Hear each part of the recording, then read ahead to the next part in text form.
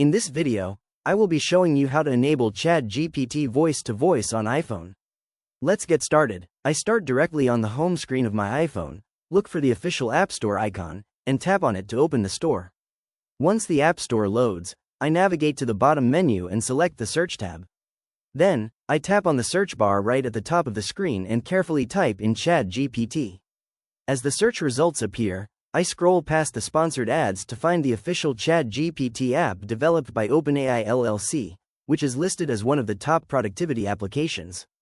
I tap on the app to view its main store page, checking the description, the version history, and the latest updates to ensure everything is correct. From here, I tap the Open button to launch the application. Now that the Chatgpt app is open, I am greeted by the main chat interface. I look toward the upper left corner of the screen and tap on the two-line menu icon, which instantly slides open the main navigation drawer. Inside this sidebar, I can see options like My Library, Projects, and Recent Chat Histories.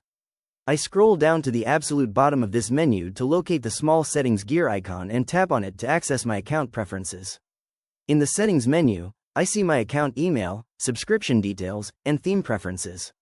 I scroll further down past the General and Notification settings until I reach the App Settings section. Here, I locate the Voice option and tap on it to open the Configuration panel. Inside the Voice Settings panel, I am presented with a visual representation of the active voice profile, which defaults to Ember. I can swipe through the various available voice models, such as Sol, Spruce, and Juniper, to preview how each helpful instructor voice sounds. Below the voice selection, I see specific toggles for advanced features.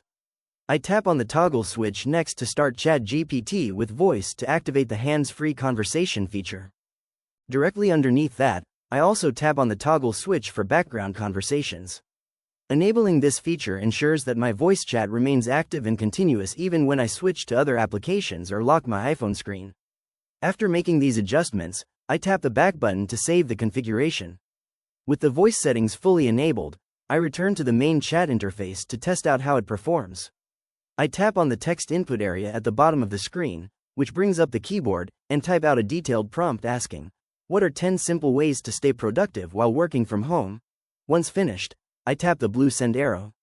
Chatgpt processes the request and quickly generates a beautifully structured, comprehensive response listing 10 practical tips, complete with bullet points and clear examples.